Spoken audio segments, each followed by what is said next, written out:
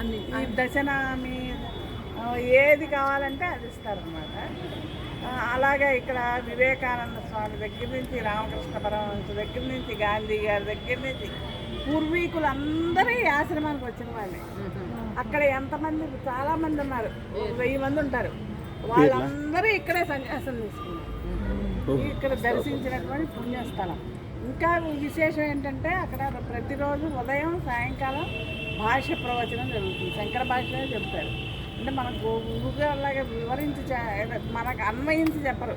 దయానంద స్వామిలో ఉండే గొప్పతనం ఏంటంటే వేదాంతం అనేదాన్ని మన జీవితానికి అన్వయించి చెప్తారు.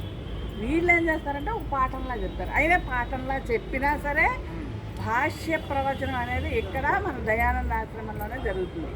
ఎక్కడా జరగట్లేదు. దయానంద ఆశ్రమం కంటే పురాతనమైంది. స్వామివారు 80లో ఎప్పుడో పెట్టారు. నుంచి వచ్చేది. ఇది కొన్ని వందల సంవత్సరాల క్రితమే ఉందన్నమాట. పీఠాధిపతులు మంచి విద్యావంతులనే పీఠాధిపతులుగా చేస్తారు.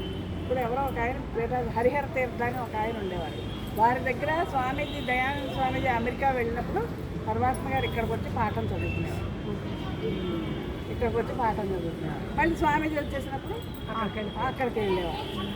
అలాగే ఇప్పుడు కూడా పీఠాధిపతులు ఉంటారు. వాళ్ళకి నమస్కారం చేయడానికి ముట్టుకోకూడదు, దగ్గరికి వెళ్ళకూడదు. అలాగే ఆయన ఎదురుగా మన గురువు గారికి నమస్కారం పెట్టాలి. వాళ్ళకి పద్ధతులు ఉంటాయి, పురాతనమైన వాళ్ళు కదా. వాళ్ళ ఎదురుగా ఇంకొకరికి నమస్కారం చేయకూడదు. అక్కడ మన దయానంద స్వామీజీ సమాధి ఉంది కదా, అక్కడికి వచ్చి నాకు నమస్కారం చేయకూడదు. అలాగే అక్కడ బయట మీరు చేసుకోవచ్చు, కొన్ని మర్యాదలు ఉంటాయి సాధువుల దగ్గర ఎలా మెలగాలని. ఇక్కడ మనం ఎంత బ్రహ్మాండంగా మన గురువుగారు చెప్పినా వాళ్ళకి గృహస్థులు అనేది ఇది ఉంటుంది.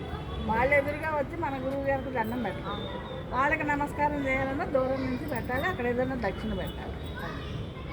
కాబట్టి ఇది చాలా 200-300 సంవత్సరాల క్రితం నుంచి ఉంది. అసలు శంకరాచార్య స్వామి ప్రతిష్ఠ ఉంటుంది. అలాగే అన్ని వేదాలు, తాళపత్ర గ్రంథాలు అన్నీ పెద్ద లైబ్రరీ ఉంది.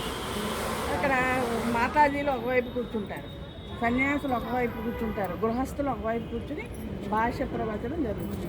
ఉదయం, మధ్యాహ్నం, సాయంత్రం.